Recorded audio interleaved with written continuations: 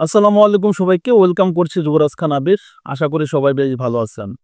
FIFA club বিশ্বকাপের quarter final শুরু হচ্ছে কালকে রাত থেকে, অর্থাৎ বাংলাদেশ সময় রাত 1টা, অর্থাৎ কালকেই বলা যায়।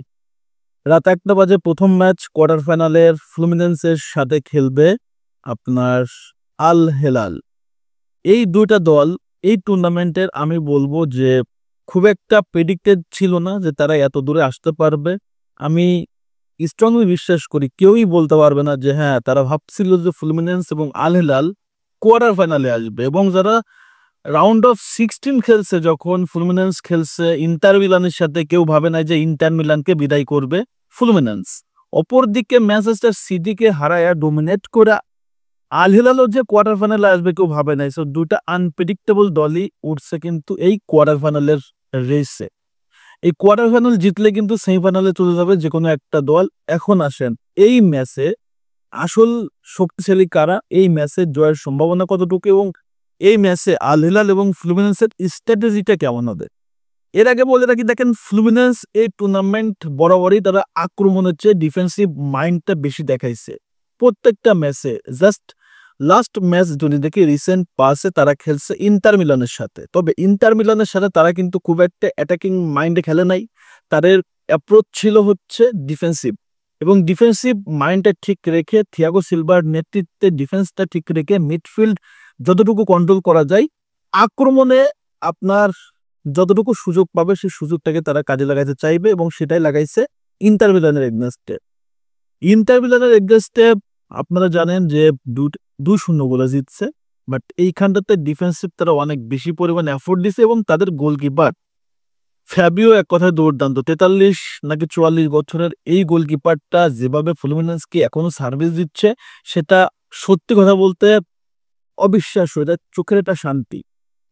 আমি জানি যে আল হিলাল যে খেলাটা খেলছে সিটির এগেইনস্টে, সিটি কখনো ডিফেন্সিভ মাইন্ডে ফুটবল খেলে না, তারা সবসময় অ্যাটাকিং মাইন্ডে খেলে, এবং এই অ্যাটাক মাইন্ডে খেলে ডিফেন্সটাকে ওপেন করার জন্য সিটি কিন্তু আল হিলালের কাছে এতগুলো গোল হজম করছে। সিটির কোচ পেপ গার্দিওলা হিস্ট্রিতে নাই যে সে ডিফেন্সিভ রোলে খেলবে। সে কখনো ডিফেন্সিভ ফুটবল খেলে না, সে সবসময় অ্যাটাকিং মাইন্ডে খেলে, এবং অ্যাটাকিং মাইন্ডটাই এই জায়গাটাই আসলে আল হিলালকে সহায়তা করছে। তবে আল হিলালের একটা জিনিস খুবই বেটার ছিল, সেটা হচ্ছে তাদের গোলকিপার।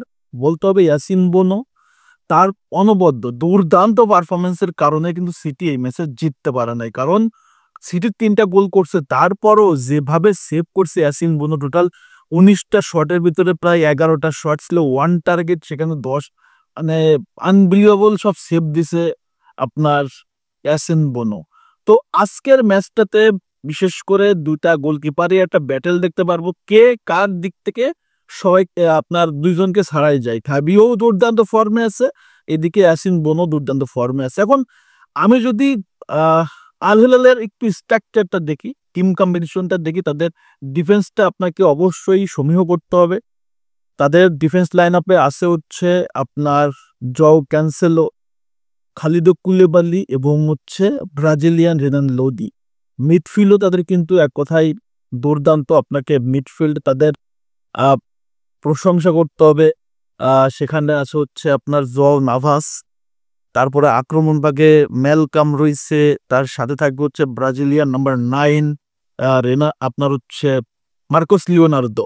লাস্ট ম্যাচে সিটির সাথে 2টা গোল করছে, ম্যালকমও গোল করছে এবং খালিদো কুলিবালিও কিন্তু গোল করছে। তার মানে হচ্ছে ডিফেন্সের পাশাপাশি খালিদো কুলিবালি কিন্তু অ্যাটাকিং মাইন্ডটা খুব দুর্দান্ত। অপরদিকে রেনান লোদিও কিন্তু অ্যাটাকিং এ ভালো একটা সার্ভিস দেয়। তবে এই জিনিসটাই কাল হইতে পারে আমার কাছে মনে হয় যে ফ্লুমিনেন্সের এগেইনস্টে, কারণ ফ্লুমিনেন্স বরাবরই ডিফেন্সিভ মাইন্ডে খেলবে, এবং তাদের আক্রমণ ভাগে হচ্ছে কানো, এট দ্য সেম টাইম আপনার এই জায়গায় আইরিস, এই দুজন কিন্তু খুবই অ্যাটাকিং মাইন্ডে খেলে। যখনই তারা সুযোগ পাবে, সুযোগটা কিন্তু কোনোভাবেই তারা আলটিমেটলি মিস করতে চাইবে না। থিয়াগো সিলভার নেতৃত্বে তারা ডিফেন্সটাকে শক্ত অল টাইম রাখবে এবং কাউন্টার অ্যাটাক বেস ফুটবলটাই খেলার চেষ্টা করবে। তবে আমার এই ম্যাচটাতে যদি আপনি প্রেডিক্ট করতে বলেন যে ওভারঅল মিলে দুইটা দলই আনপ্রেডিক্টেবল ভাবেই কিন্তু কোয়ার্টার ফাইনালে আসছে, এবং দুইটা দলই সমান সমান, আমার মনে হয় যে 50-50 চান্স যে জিতার সম্ভাবনা 50-50। তবে ব্রাজিলিয়ান ক্লাবগুলো ইউরোপকে যেভাবে আসলে আউট ক্লাস করে দিছে, এবং ফ্লুমিনেন্সের একটা লেগাসিও আছে, এই জায়গাটায় আমার কাছে মনে হয় একটু চান্স ফ্লুমিনেন্সের বেশি থাকবে। তারপরও ম্যাচটা হাড্ডাহাড্ডি হবে, কোনো এর এটা নিয়ে কোনো সন্দেহ নেই। দুর্দান্ত একটা ম্যাচের অপেক্ষায় আমরা আছি ফ্লুমিনেন্স এবং আল হিলালের, এবং যারাই জিতবে তারা কিন্তু পেয়ে যাবে আসলে সেমিফাইনালের টিকিট। সো দুটা দলই চাইবে সেমিফাইনালে যাওয়ার জন্য। এবং আল হিলালের কোচ, নতুন কোচ সিমন ইনজাগি এসেই চমক দেখাইছে এই টুর্নামেন্টে। রিয়াল মাদ্রিদ এগেইনস্টে দুর্দান্ত ডোমিনেট করছে, সিটিকে হারাইছে। সো তারাও কিন্তু চাইবে এই ম্যাচটা জিতে সেমিফাইনাল নিশ্চিত করার জন্য, এবং সেও কিন্তু চ্যাম্পিয়ন লিগের ফাইনালিস্ট কোচ ইন্টার মিলানের। সো দেখা যাক আসলে কারা জিতে। বাংলাদেশ টাইম রাত 1টা বাজে শুরু হবে এই ম্যাচটা।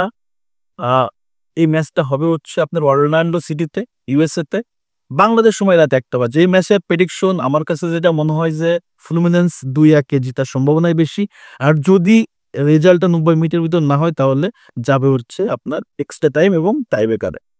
আপনাদের এই ম্যাচ নিয়ে প্রেডিকশনটা কি? আলটিমেটলি ব্রাজিলিয়ান জায়ান্ট নাকি সৌদি জায়ান্ট জিতবে? অবশ্যই কমেন্টস করে জানিয়ে দেবেন, এবং গোল কটা হতে পারে সেটাও কিন্তু কমেন্টস করতে ভুল করবেন না। সো আমার মতামত আপনাদের সাথে শেয়ার করলাম, এবং আমি রেগুলারলি ফুটবল নিয়ে কথাবার্তা বলি। যদি আমার ভিডিওটা ভালো লেগে থাকে অবশ্যই ফেসবুক থেকে দেখলে ফলো করবেন, এবং ইউটিউব থেকে দেখলে সাবস্ক্রাইব করে পাশে থাকবেন। ধন্যবাদ সবাইকে। আসসালামু আলাইকুম।